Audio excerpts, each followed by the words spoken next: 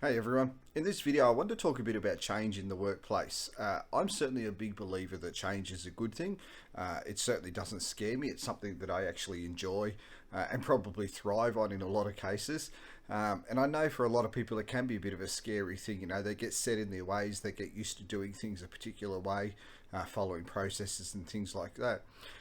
But I think it's inevitable if a business wants to grow, it wants to thrive, then we need to adapt to change and accept that it is a way of doing business. So I just got a few thoughts on it and sort of my ideas and tips on how we can go about doing it. And I think first and foremost as leaders, we've got to be certain that we don't come into a workplace and we tell people how to do their job. Um, I think that's fraught with danger if we go in and do that. We're going to be telling people literally how to suck eggs. We're going to tell someone how to load a truck or pack a pallet or undertake a particular administration or accounts task or something like that. If I look at it in our workplace, I'm not an accountant. I don't have an accounts background. So, it would be absolutely fraught with danger if I went in and told our accounts people how to do their job. I think the next thing with change is it needs to be a bottom-up process. I'm certainly a big believer in that. Again, although I'm the CEO of the business and I'm ultimately responsible for what happens in the business and I answer to the board, I don't think the change has to come from me. I think it has to come from the bottom up. So that comes from the people doing the task. And that also helps with buying into the projects and the change process as well.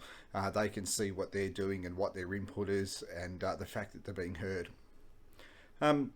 I think the next thing is we need to identify the big rocks. What are the big rocks that are causing us issues and hassles? And that can come from both ends of the spectrum. So that can certainly come from leaders and managers. So for example, it might be a budget driven issue. It might be a process improvement, things like that. But then also if we look at a bottom up, it's what's causing the most angst, what's causing the grief for the workers in terms of their day-to-day activities.